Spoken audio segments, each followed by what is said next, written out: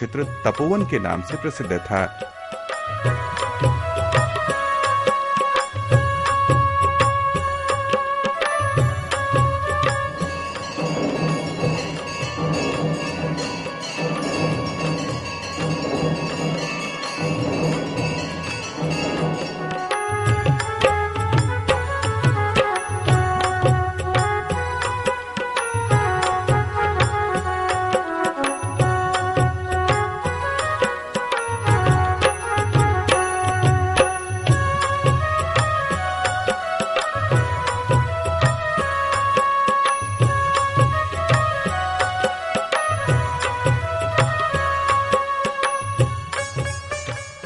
आज भी इसके नजदीक पुनौरा में पुंडरीक, सिंघरिया में श्रृंगी, कपराउल में कपिल, खरक गांव में खरक मुनि और चक महिला में चक्र मुनि के आश्रम हैं।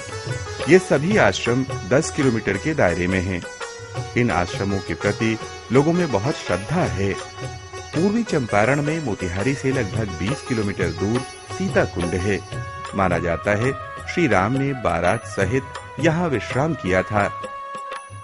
वाल्मीकि रामायण के अनुसार जनकपुर से अयोध्या जी तक बारात ने 3 रात्रि विश्राम किया था। ये तीसरा विश्राम स्थल डेरवा है। बारात ने यहाँ डेरा डाला था। अयोध्या जी पहुँचने से पूर्व ही श्री राम तथा परशुराम जी की भेंट होती है। वो स्थल सरयू जी के किनारे दोहरी घाट के नाम से प्रसिद्ध है। प्राचीन परंपरा से अयोध्या जी से पूर्व दिशा में एक मार्ग को श्री राम जानकी मार्ग के नाम से जाना जाता है। बारात इसी मार्ग से जनकपुर से अयोध्या जी तक आई थी। हम सभी जानते हैं मां कैकेयी के वरदान से प्रभु श्री राम को वन जाना पड़ा था और मां कैकेयी को माता मंथरा ने यह सुझाव दिया था। आइए हम मां कैकेयी और मां मंथरा दोनों मातृशक्तियों को प्रणाम करें।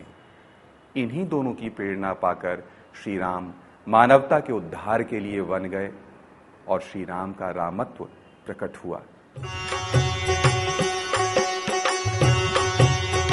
मां की इच्छा और पिता के आदेश को सिर आंखों पर लेकर श्री राम, लखन और सीता जी अयोध्या से निकल पड़े थे।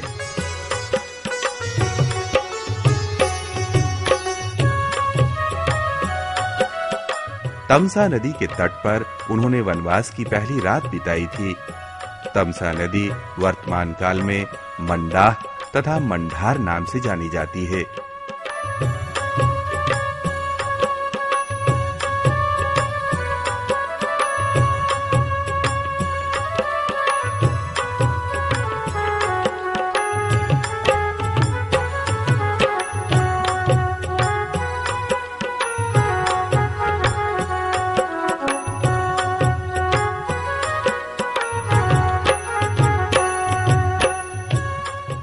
अयोध्या से 20 किलोमीटर दूर गौरा घाट वो स्थल है जहां श्री राम ने विश्राम किया था। अयोध्यावासी अपने दुलारे राजकुंवर के साथ साथ चल रहे थे। राम जी ने उन्हें बहुत समझाया मगर वे वापस लौटने को तैयार नहीं थे।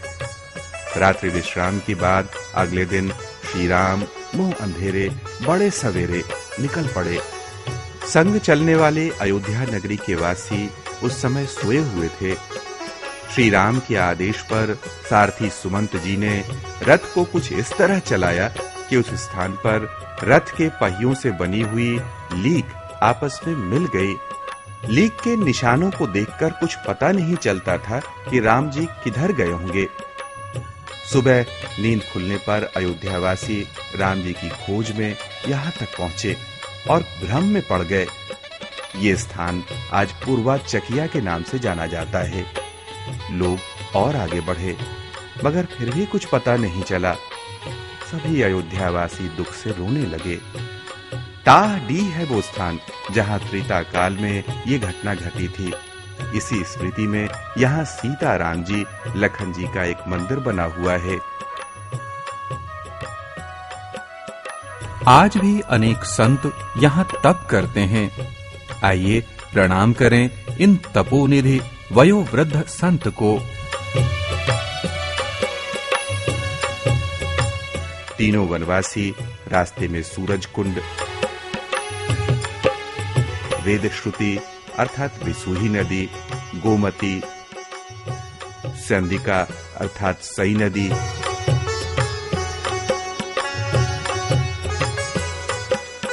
वद्रथी यानी सकरनी और बालुकिनी अर्थात बकुलाही नदी को पार करते हुए श्रृंगवेरपुर पहुंचते हैं।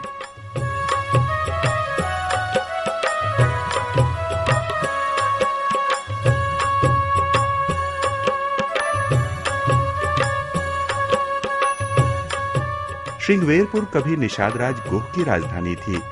वर्तमान काल में इसे सिंगरौर के नाम से जाना जाता है।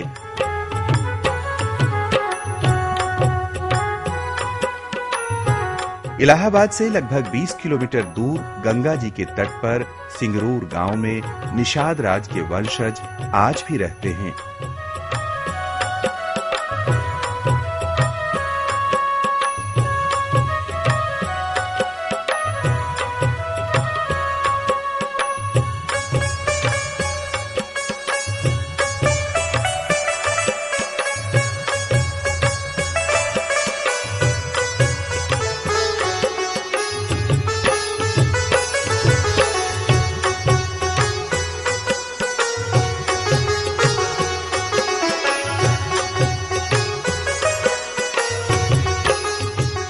यहाँ आसपास के क्षेत्रों में संध्या घाट, रामशैया, श्री रामचरण पादुका अनेक स्थल हैं जो प्रभु की स्मृति में बने हुए हैं।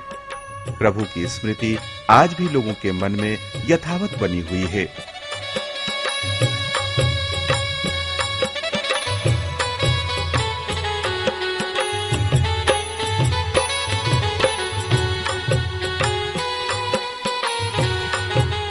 सीता कुंड। केवट ने यहीं से तीनों को नाव में बैठाया था। इसी स्मृति में यहाँ साधुओं का मठ है। यहाँ से माँ सीता एक मुट्ठी बालू ले गई थीं तथा गंगा पार जाकर उसकी कूरी कर शिवलिंग की स्थापना की थी। इसीलिए आज भी गांव का नाम कुरई है।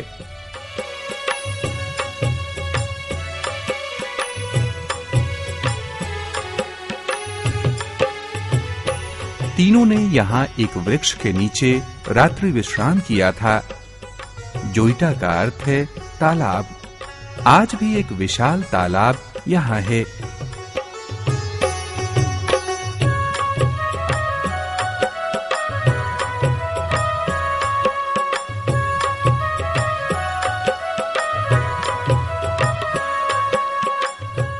राम जोईटा होते हुए श्री राम भारद्वाज मुनि के आश्रम पहुंचे थे। ये आश्रम आज भी इलाहाबाद में है।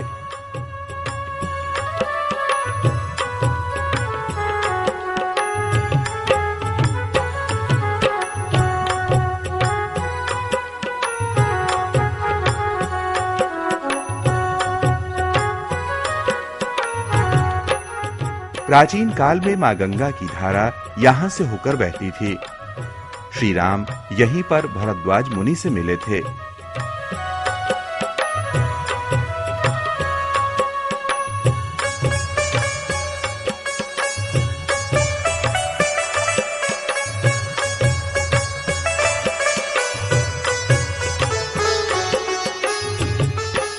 पास में ही है गंगा, यमुना और सरस्वती का पावन संगम स्थल तीर्थराज प्रयाग, जिसकी महत्ता दुनिया भर में फैली हुई है।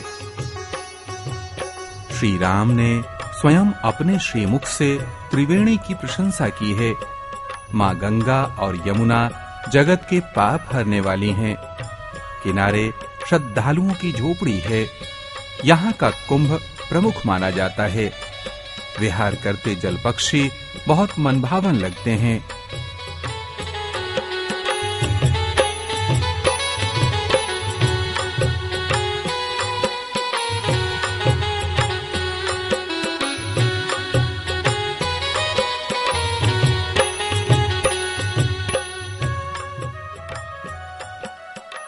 प्रयागराज में किले की प्राचीर से लटकती डालियों के माध्यम से हम दर्शन कर सकते हैं मां सीता द्वारा पूजित प्राचीन अक्षय वट के।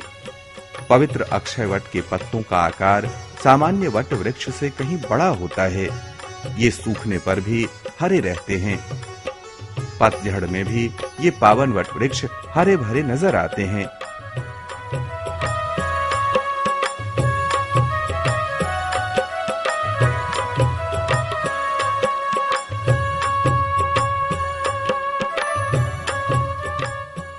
यहां से सीता रसोई, घूरपुर, जसरा बाजार, सीता रसोई का नाम सुनकर कुछ लोग भ्रम में आ जाते हैं कि इतनी सीता रसोइयां क्यों हैं। वास्तव में जहां भी मां सीता जी ने भोजन करवाया, उन पावन स्थलों को हमारे पूर्वजों ने सीता रसोई के नाम से स्मरण करते हुए सुरक्षित रखा। और भी कई सीता रसोइयां देश में मिलेंगी। पास ही यमुना जी के सुजावन देवता के नाम से भगवान शिव का प्राचीन मंदिर है।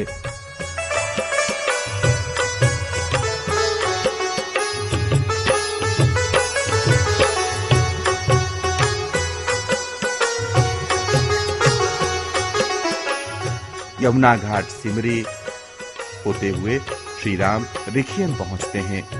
त्रेता युग में यहाँ ऋषि मंडल था, जहाँ अनेक ऋषियों के आश्रम आसपास के दायरे में बने हुए थे।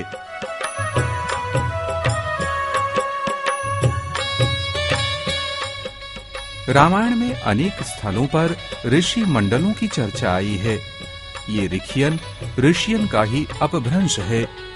कभी यहाँ संतों की गुफाएं थीं, किंतु आज ये स्थल सुरक्षित नहीं माने जा सकते। ये बड़े ही मनोरम हैं।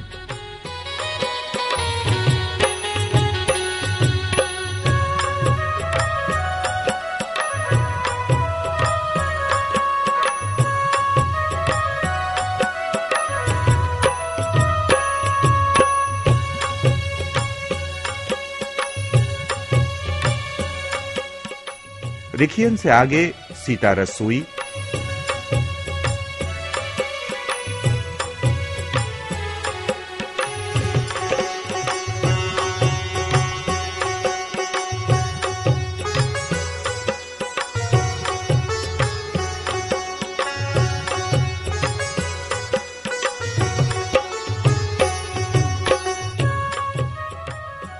और सीता पहाड़ी के दर्शन करते हुए हम मुर्का पहुंचते हैं। भरद्वाज मुनि ने श्री राम को आगे का रास्ता बताने के लिए अपने 4 शिष्य साथ भेजे थे। श्री राम ने यहाँ से चारों शिष्यों को मुर्काया था, यानी वापस भेज दिया था। यहाँ के मंदिर में हनुमान जी की नृत्य मुद्रा में एक मूर्ति है, जो मानस में बताए गए तापस के स्वरूप से मेल खाती है।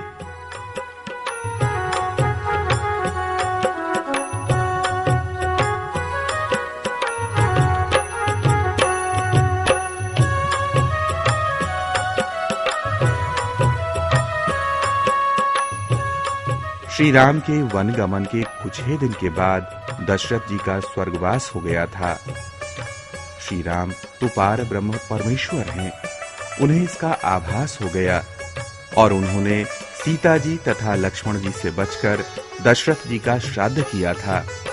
वर्तमान करका गांव है वो स्थल जहां श्री राम ने पहली बार पिता का श्राद्ध किया था।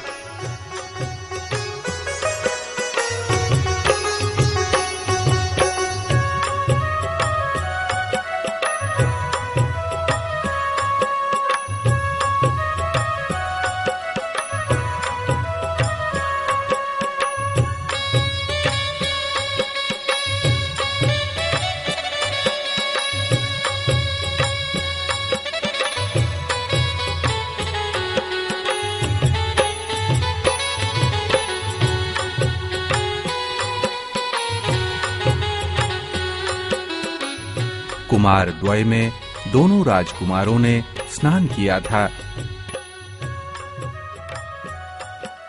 करका से कुमारद्वय होते हुए श्री राम वाल्मीकि आश्रम पहुंचते हैं। लालापुर गांव के पास पहाड़ी की चोटी पर है ये आश्रम। मंदिर के प्रति क्षेत्र में अगाध भक्ति है।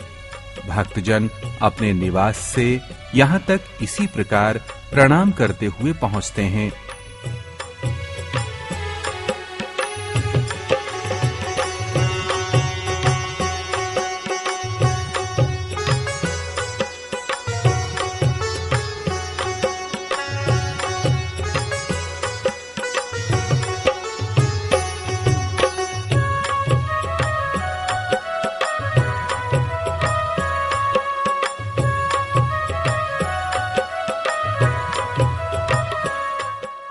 यहां से खोह गांव होते हुए श्री राम पहुंचे कामदगिरी।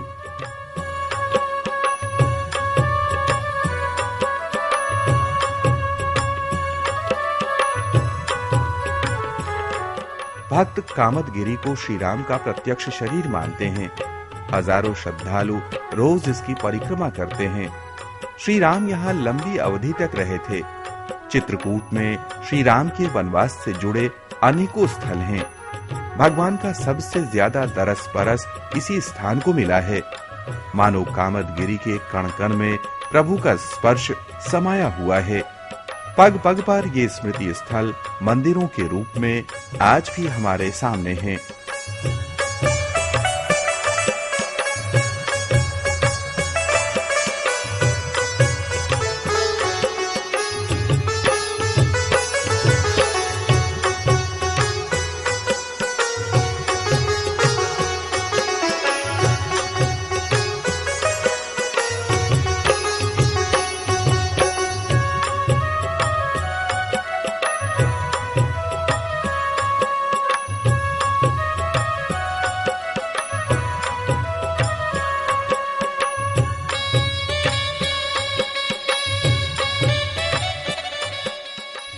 श्री राम भरत मिलन। ये पावन स्थल श्री राम भरत मिलन का साक्षी है। मंदाकिनी नदी मां सीता को अत्यंत प्रिय थी। राम जी और सीता जी कई बार यहाँ विहार के लिए आते थे।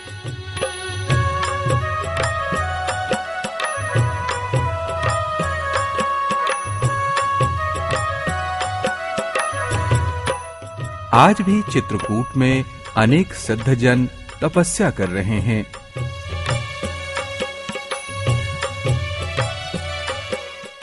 कामदगिरी के पास ही है मांडव्य आश्रम। वर्तमान काल में इसे मंडफा के नाम से पुकारा जाता है। मांडव्य से मंडफा हो गया है ये स्थल। यहाँ भगवान शिव का बहुत सुंदर विग्रह है। कभी यहाँ अनेकों मंदिर थे, किंतु अब उनके कहीं-कहीं अवशेष ही मिलते हैं।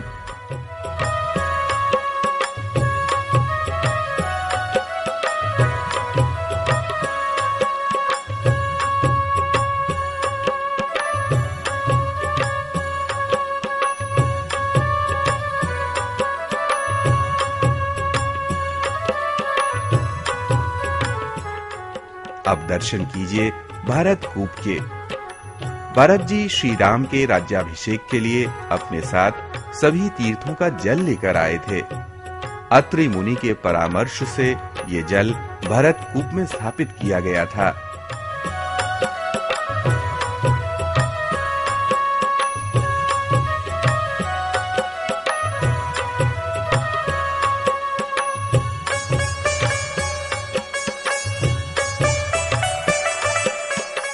कामदगिरी से लगभग 4-5 किलोमीटर दूर मंदाकिनी की धारा में आपको दर्शन होंगे इस पवित्र शिला के। मां सीता और राम जी वनवास काल में अक्सर यहाँ विराजते थे। एक दिन इसी शिला पर मां की गोद में सिर रखकर श्री राम सोए हुए थे। इंद्रपुत्र जयंत ने काग रूप में यहीं आकर मां सीता पर प्रहार किया था। मां सीता चुपचाप प्रहार सहती रही, कहीं प्रभु की नींद ना खुल जाए। काग के प्रहार से मां सीता के अंग से रक्त प्रवाहित होने लगा। गर्म लहू के स्पर्श से प्रभु की नींद खुल गई। श्री राम पल भर में स्थिति जान गए। पास में पड़े एक सींग को उन्होंने अभिमंत्रित किया और जयंत पर छोड़ दिया। जयंत भागता रहा। अभिमंत्रित बाण उसके पीछे लगा रहा। रामद्रोही को शरण देने वाला तीनों भुवन में कोई नहीं था। अंत में जयंत मां की चरणों में आ गिरा, प्राणों की भीख मांगी। प्रभु ने कहा, अभिमंत्रित बाण खाली नहीं जा सकता। अंत में एक आंख गवाकर जयंत वहां से बच सका। कहते हैं इसी अपराध में कौवे आज भी सीधे आंखों से नहीं देख पाते और तिरछी दिशा में उड़ते हैं। आप भी इसे जांच सकते हैं। ये अद्भुत बात है कि आज भी यहाँ कौवे नहीं आते।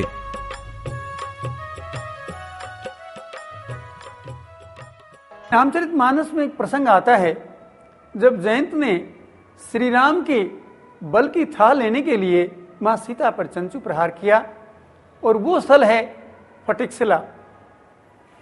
बंधुओं, ये स्थल बहुत गहरे जंगलों में है।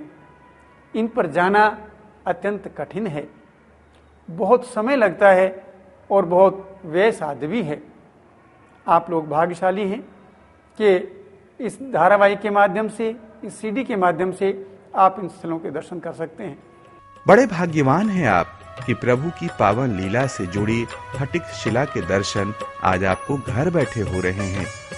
ऐसे अनेक तीर्थों का दर्शन कीजिए और संकल्प लीजिए, इन धरोहरों की रक्षा के लिए कुछ समय आप निकालेंगे। हम संकल्प करें कि इन स्थलों को लुप्त होने से बचाएंगे।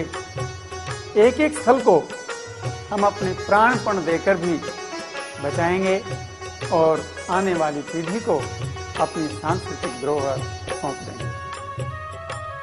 भयंकर जंगल में प्रकृति की अनुपम देन है गुप्त गोदावरी।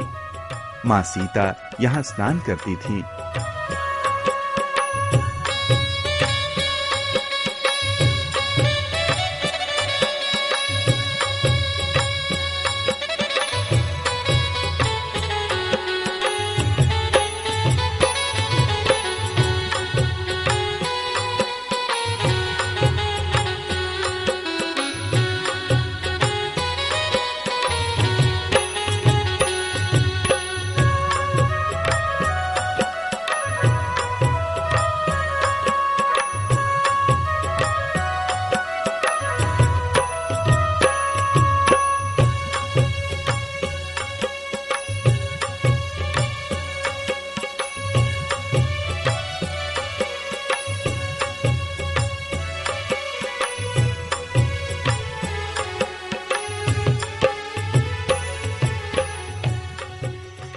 यहाँ से टाटी घाट होते हुए हम पहुंचते हैं अत्रि आश्रम।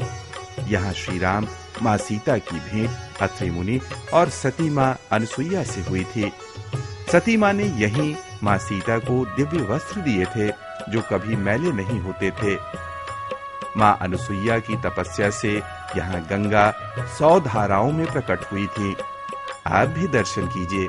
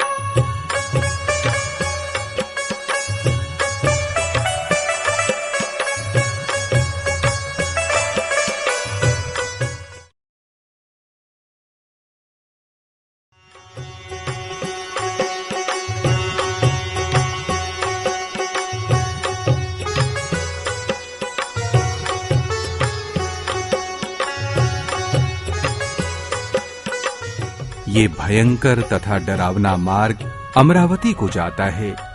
श्री राम इसी मार्ग से गए थे। आज भी हिंसक पशुओं तथा विराट के मानस पुत्रों का यहाँ राज है। अमरावती राजा